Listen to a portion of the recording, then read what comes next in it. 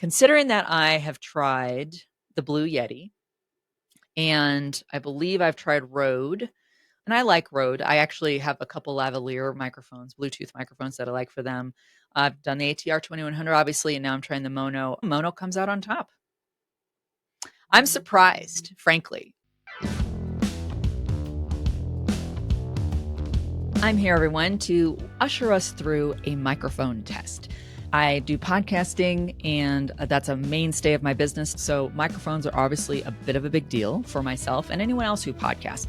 People ask, what microphone should I get for podcasting? That is an open question. Everyone's got different voices. I have a unique voice, and just because a mic works for me doesn't mean it's going to work for somebody else. Not only do I want to sound good, I have a budget. I don't want to break my budget. I'm always looking for how to do this on the cheap. But the good news for you is that you can. You actually can, on a budget, get a great microphone on a budget that is going to help you. Before I get started with talking through what microphones I'm going to talk about today, I want to let you all know what my setup is like. I think it looks awesome. I've gotten good compliments saying you look super professional. Very doable. The most expensive piece is where I'm going to start. And that is the Focusrite Scarlett 2i2 mixer. I got that because I needed more control when you're podcasting. If you have crap audio and you give it to somebody to produce, it's really hard. And that is going to drive up price and time because it takes a long time to try to fix crap audio. You want it to be good. I have used the Scarlett in the past for a work project that I did, creating their podcast and live stream. I loved it so much, I got one for myself. That is the most high ticket item. I do believe it was over $200. I got it at Micro Center. Worth the investment, in my opinion, considering this is what I do for a living. So with that, I've got the Scarlett. It allows me to control two different mic inputs. I only usually use one. If I were going out and doing a remote and had an additional microphone, I could do up to two microphones separately, which I really appreciate. Yes, I'm able to do all that. It's got auto gain on it where I can let it record me for about 10 seconds and it'll auto set the gain on my microphone so that I don't blow it out and I don't sound too soft, which is great. That's something that's really awesome. Everybody talks differently. You're going to be in a different studio, different room. You're not going to be necessarily in my studio when you're recording. It also has a safe meter on it, which will help avoid clipping. Clipping is where you get microphone distorting or cutting out if it gets too loud.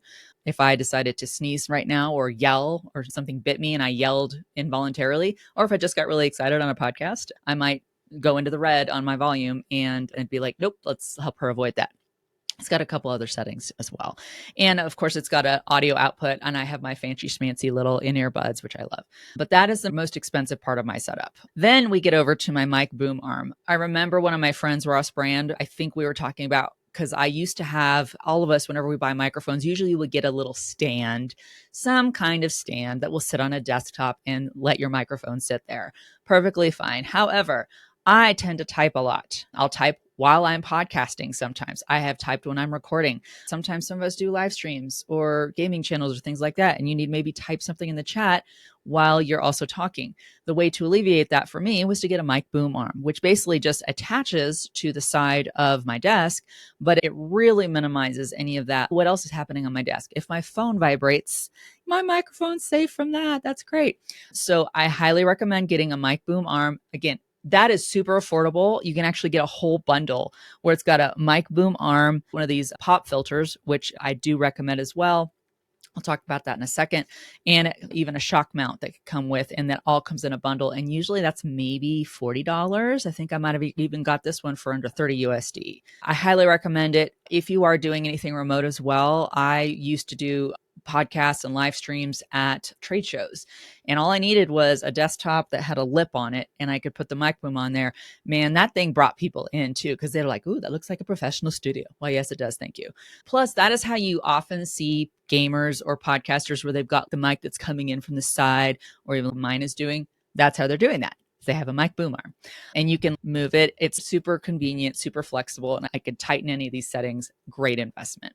A little bit more about the pieces of that. So there is the boom arm. Then you've got the pop filter. This just attaches to the boom arm. And this helps with a thing called plosives. Whenever you are podcasting or speaking on microphone, there are consonants you may say in any language that have a bit more of a pop sound, plosives. That's why it's called plosives.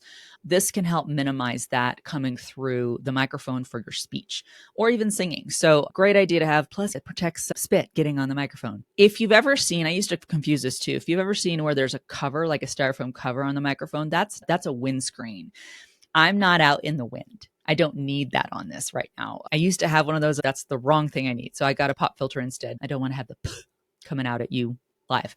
And then there's this thing called the shock mount. I'm going to be honest with you. Let me show you what this looks like. I got it mostly for aesthetic when I first bought it. The mic boom arm really has in the past protected my mic from shakes. This is great if you are in any kind of uncertain environment where there could be shaking or someone slams their elbow on a same table where your mic boom arm is. This just helps the microphone stay in perfect suspension.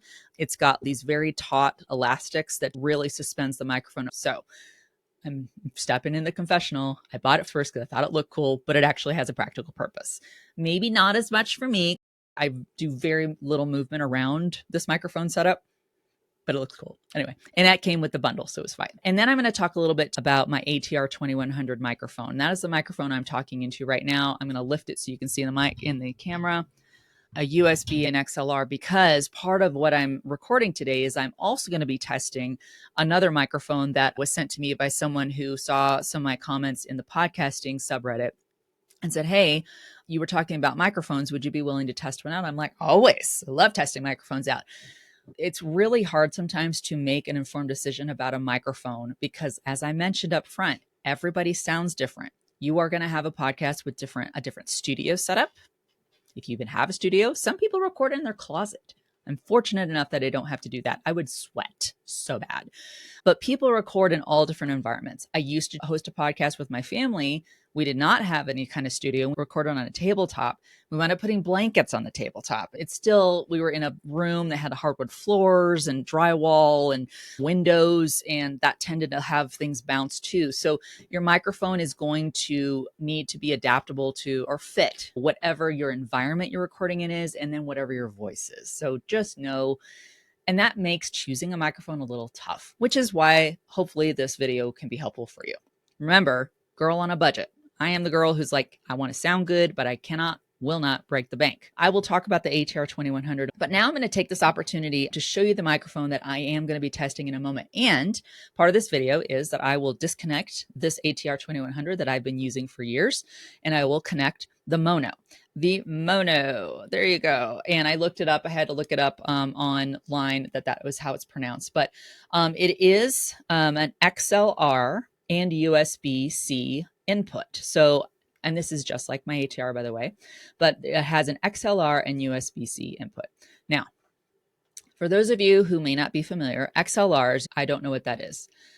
If you've ever been to a concert or church service even, you've probably been in the same room with XLR cables. They're very well known, more of a high-end professional use audio-visual technician thing where they're going to connect a microphone or an amp or anything like that from the soundboard to whatever the device is. XLR is an audio tool to do that. And so giving you the option with this microphone, if you want to go pro like that, and I do, because I have XLR cables that I connect with microphones to my aforementioned Scarlett 2i2 mixer, I use XLR. But you don't have to. That's where I really like versatility. We all love it when we have multiple inputs where you're like, ooh, I don't have an adapter for that. That's okay. This has multiple input options that I can use. It's like a monitor where you're like, I can do VGA, I can do HDMI. I've got some options here. Nobody likes to be caught without an adapter in a pinch. So I like that there's also the USB option on here. USB-C rather. So that means I could connect this microphone to my MacBook Pro, to anything that has USB-C input. You can easily do that. So you've got a USB microphone and it'll work great. And I will point out there's a difference too with this particular microphone. If you do USB-C, that will actually power the microphone, the settings on here. Obviously, it's not plugged into anything right now, but there are actual settings that you can do in here, and these light up when they're powered via the USB-C cable. If you do plug it in by an XLR, it's not going to be powered. So I want to clarify that because I did plug this in a little while ago and I figured that out. And notice one other thing at the base. is an audio jack input, 1/8 inch input there. There's a couple ways you can do that. So I am holding up two different cables. One is an audio cable and has a little 1/8 inch audio jack. This actually connects to my Soundcore headphones. So I can plug it in there, and I can plug it in to the base of the Maono. Ta-da. So that is one way where you can plug this microphone in. I'm going to hook it up with a USB-C or XLR, but I want to audio monitor what I sound like. You can do it that way. So you can audio monitor yourself. Now, you don't have to have that. Again, remember, girl on a budget. Do you know that if you go on a flight and ask for a set of headphones, those headphones will work? I actually have a pair somewhere. So you can use a pair of wired headphones that you get on a plane for free. Or if you have anything left over, those will work just fine. If I have those in my ears, I also still have an audio monitor for this microphone. It's great. Now, remember I mentioned a shock mount earlier? That I bought a shock mount mostly for cosmetics, for aesthetics, rather than actual function. This microphone came to me with a shock mount. It's got its own built-in shock mount. So again, notice it's a little wiggly, like if I need to, I can wiggle it, but a very taut elastic bands there, and it comes built in with its own shock mount. This actually will screw, and it came with an adapter so that it can fit onto a couple different sizes of this part of the micro boom arm, or doesn't have to be this arm. That's very standard for a lot of places where you can attach a microphone, hang it, mount it, whatever you want to do. But it comes with that, and then you just screw it on. I've got the microphone in my hand, and I wanted to show you that. So let's move up to the actual face of the microphone here. First of all, let's talk about the top part. I want to point something out about aesthetics. This actually came up in a post in that subreddit for podcasting earlier this week. Someone said, I feel like I need to get a Shure microphone. I can't afford it. They were saying, I need to get a Shure microphone because that's what I see all the best podcasters, the big podcasters use. And I'm like, all right, let's dispel that myth right now. You don't need a Shure microphone. If you want to change my mind, send me a Shure and we'll talk about it. But not everybody's got a few $100s spent on a microphone. If you just want to get started, maybe down the road, who knows? If I can sound good on a budget, I might go a different way. And that's what I'm talking about here. It just looks like a Shure. This is actually what Shure looks like. It has a more cylindrical tower on it, if you will, the top of it. It's got its own windscreen that's already kind of comes with it. This looks like a Shure. And so if you were like, hey, I want a microphone that looks like a Shure and works just as good as a Shure, this microphone fits the bill.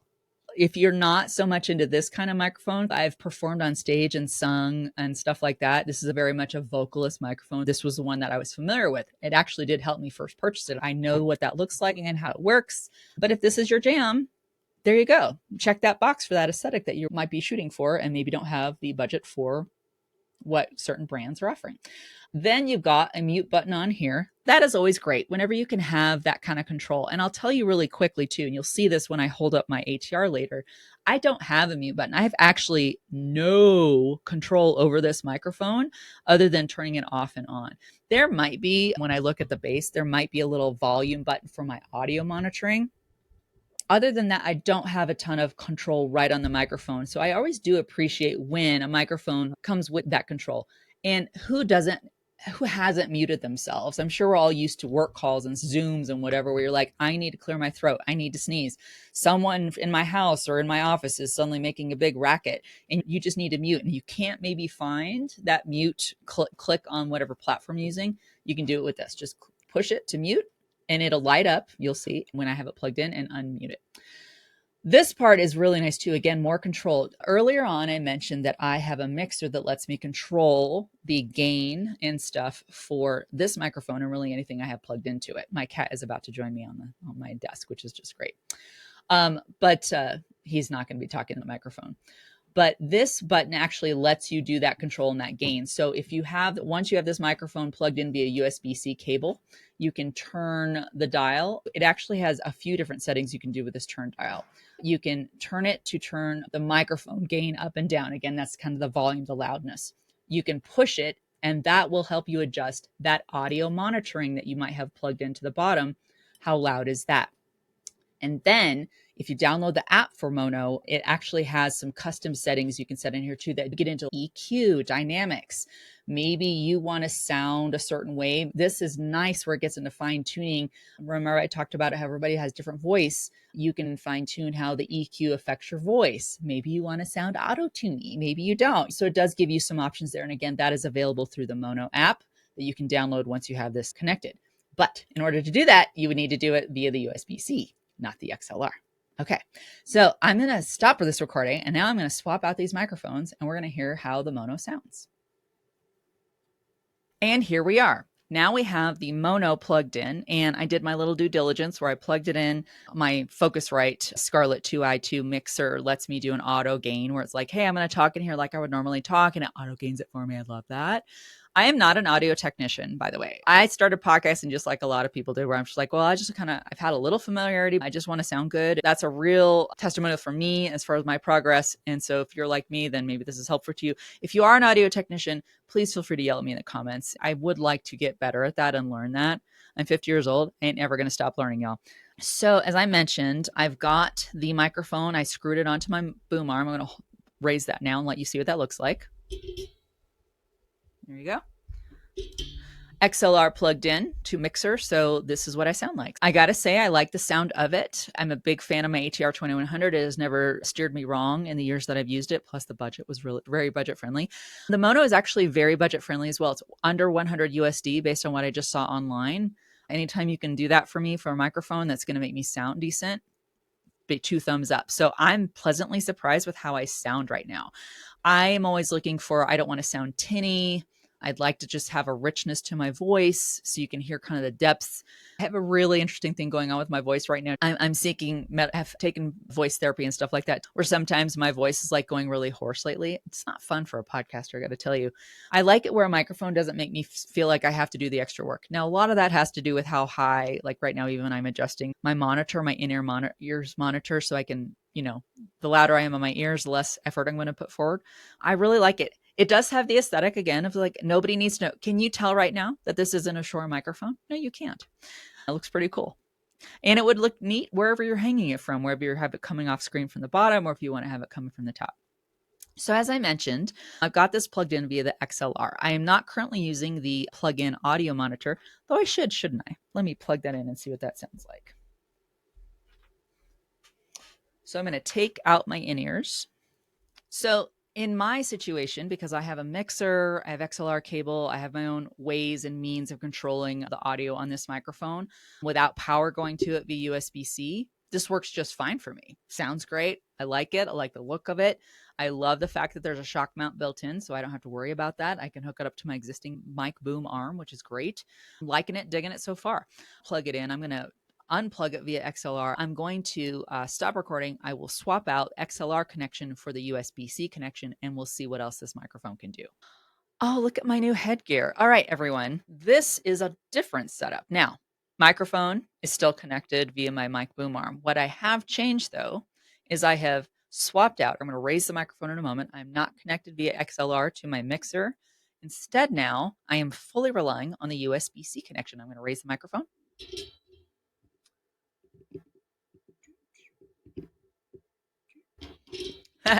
Probably heard that me put my finger on there. So now I have it connected via USB-C. What that has done 2 things. I've also then swapped in that a lot of people do this. I now have my headphones connected via my little audio connector in the audio input jack right here. So I am monitoring what the mic sounds in my headphones. And I am also now going to switch to where instead of my mixer, because I don't have it plugged into that anymore, and I can change some settings with how I'm recording here in Riverside, which is what I'm doing. But now all the control happens to be on the microphone itself. Hi, everybody. So now you can see what the microphone looks like. It is powered now. Earlier, when it was connected via the XLR, it was not powered. I couldn't make any of these adjustments here. But now, notice, do you see what's happening around the dial, around that control dial I mentioned earlier, that this does a few things for you, one of which is to control your gain, or your volume, if you will, on your microphone. As I'm talking to you, you should be seeing that it's lighting up the little radial lights that go in a circle around the dial. So again, not an audio technician, But when you are looking at levels, just about everything that has a microphone input that lets you see levels is going to have kind of a color code system. So green is good. Green means, hey, I can hear you. Now, green bars might mean it's talking a little low. So if I start whispering, that green is not lighting up as much. But as I talk at normal voice, it's louder. So I still see green, but depending on how loud my voice is into the microphone, you may get more green bar or more, it'll fill up the green bar more or fill in more of those circles around there more versus less. The next color is yellow. When you get into yellow, usually when you're doing microphone audio, you do want to get enough green to where you barely and occasionally see it go into yellow. Yellow means it's just like stoplights. Yellow means, hey, hang on, we might be getting into danger zone here a little bit. So just watch yourself. Okay. So watch, I'm going to actually turn up my gain. Oh, turn it up the right way. There we go.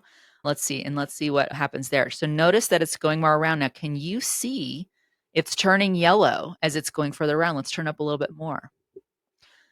All right. And now as I keep talking, and if I get yet louder, it's turning more yellow. I just hope you can see that. Let me just move my camera here to make sure you can really see that going around.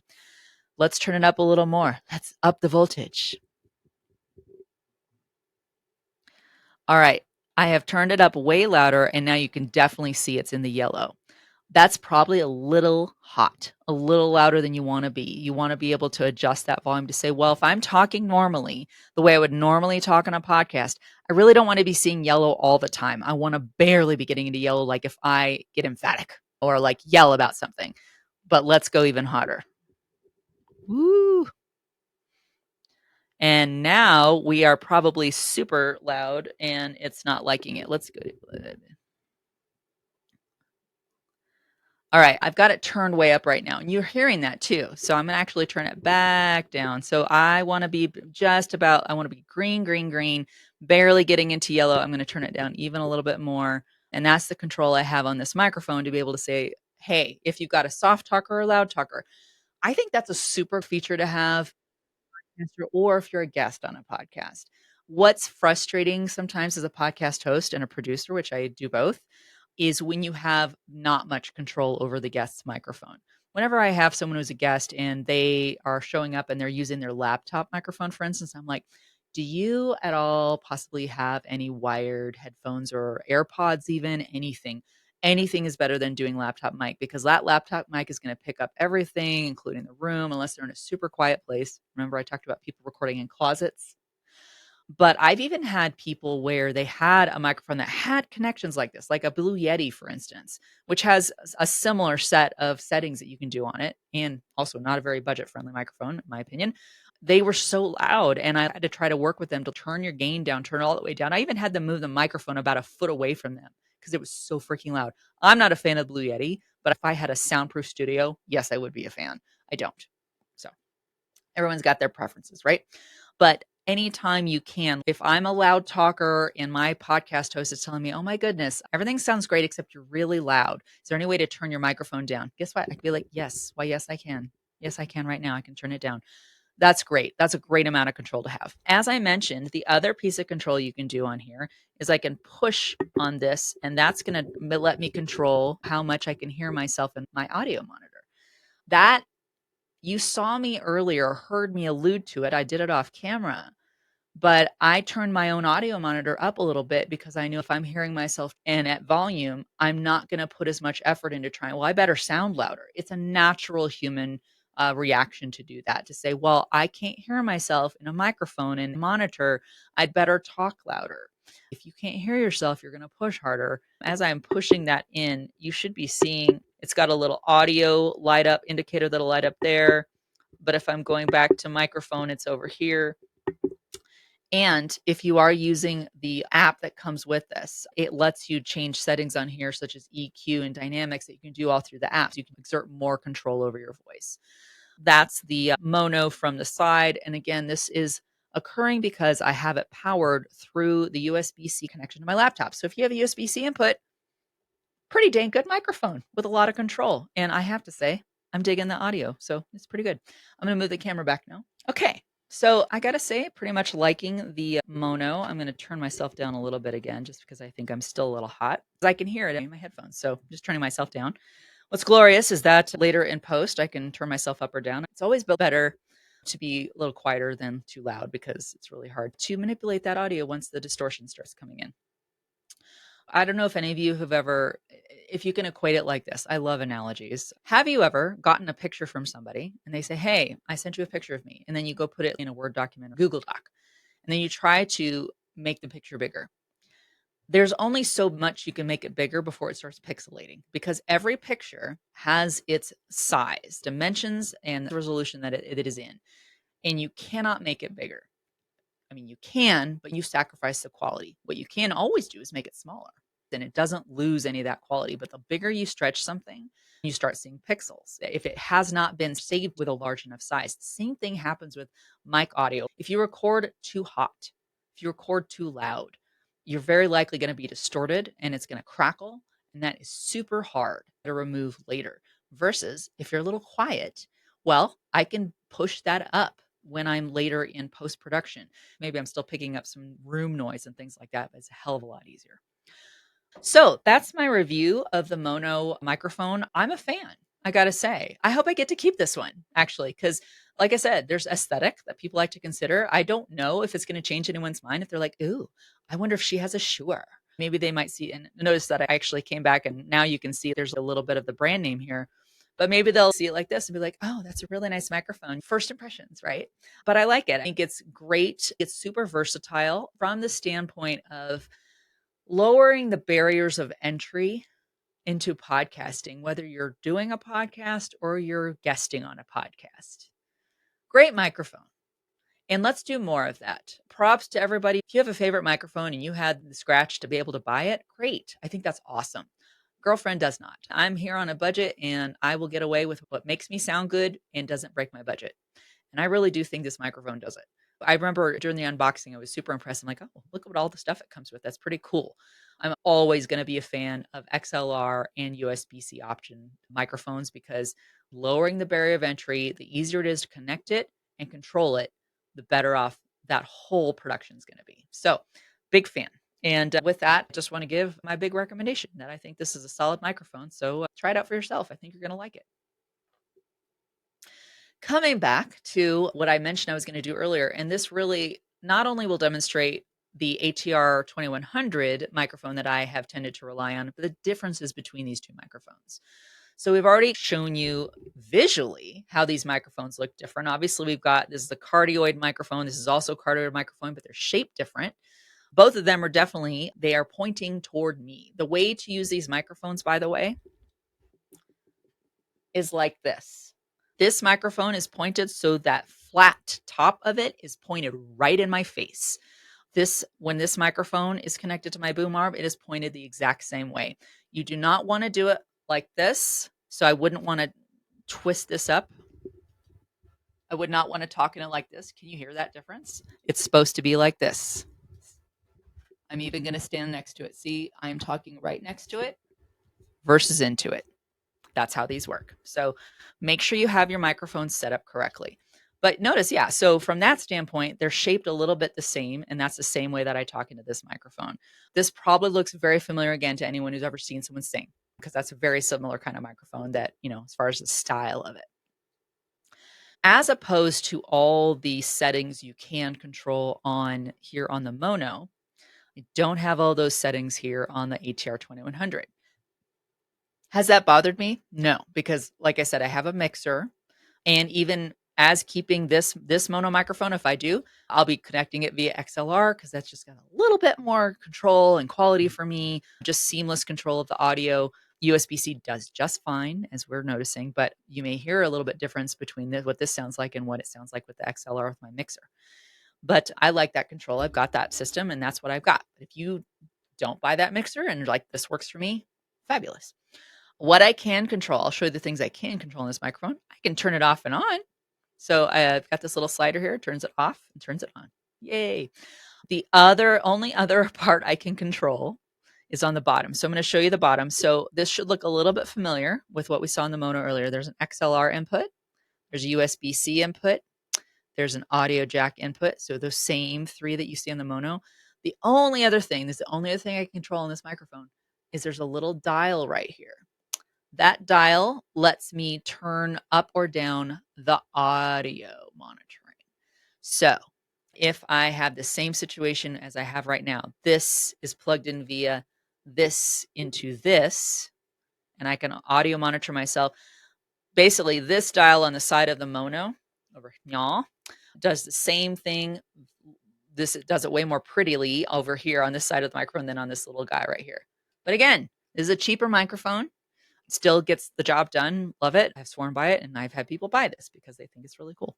That's the difference between those two microphones. I have to say that if you asked me right now, Rachel, if I'm a new podcaster, which microphone should I buy?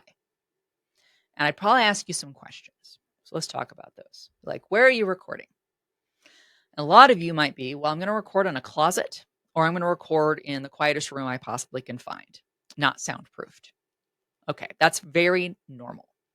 Okay, if you meet that criteria, let's move on. Are you going to be in the same environment every time? If that answer is yes, okay, great, let's move on.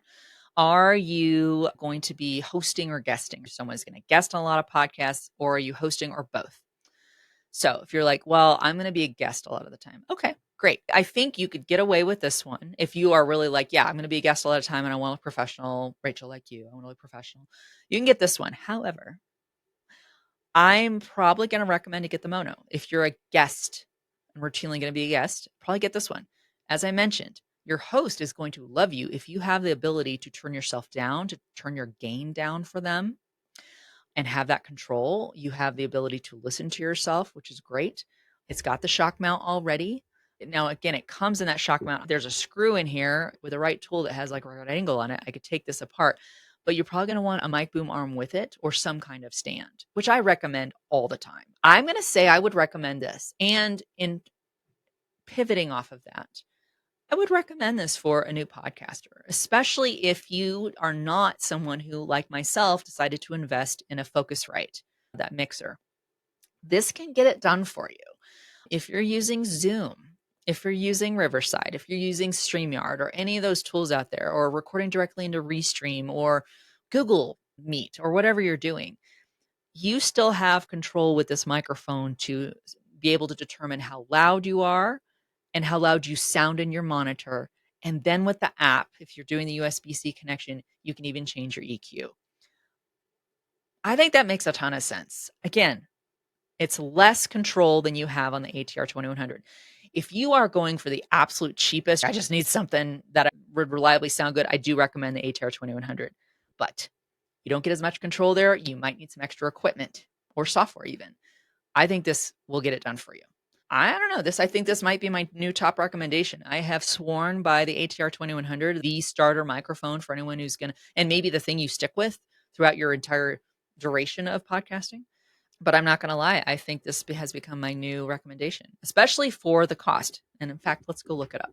Speaking of the price, on this date of June 13th, Friday the 13th, 2025, on the Maono website, this microphone right here is on sale and it's $99.99. I said earlier, if you can get a solid microphone for under $100, winner, winner. It's 1 cent under. I know there's going to be tax and shipping and all that stuff on there. I would do it. I would get it. I see no downsides. It's got just everything a starter or even a veteran podcaster would want. Aesthetic. It's got control. It's got good sound. It goes with a setup pretty much wherever you need to be. The only caveat I would say is that, yes, it does come with this built-in shock mount that's probably a little hard to remove. So you would need to just get something else that like a boom arm or stand or something. But go ahead and get that. Having a more affordable microphone that's quality would leave you a little bit of budget room to be able to get that anyway. I am going to drop in the description I have an Amazon list for podcasting necessities, and this boom arm collection is on it. But yeah, and I'll put the link to the microphones for the website, for the Maono.com website here as well. But I think this is a good one. I think this is a winner. So considering that I have tried the Blue Yeti And I believe I've tried Rode, and I like Rode. I actually have a couple lavalier microphones, Bluetooth microphones that I like for them. I've done the ATR2100, obviously, and now I'm trying the Maono. Maono comes out on top. I'm surprised, frankly. I am a big stan of Audio-Technica, of this microphone in particular. This is the second one I've actually purchased. I had one for about 5 years, and finally, I think I had taken it around too much. I'm like, I think I fucked it up. I went ahead and got a second one, again, for pretty low budget, but nice next step. I want to keep this one. I think it's a great one, and this becomes my new recommendation. So, with that, I hope you all have a great day. Let me know in the comments what you think. I would love to hear your feedback. I would love to, not actual feedback, haha, about audio, but I would love to hear, what are your favorite microphones? Why do you think those are your favorite? What are your worst microphones? Have you tried the Maono? Let me know anything else. And if there's anything else you want me to test with it, I'm happy to. For right now, I'm going to go hook this back up with my XLR and still use this on my video endeavors. All right, everybody, thanks for watching. And don't forget to hit like or subscribe and share this with your other wannabe podcasters or people who are microphone aficionados or fans or nerds. Okay, thanks everyone.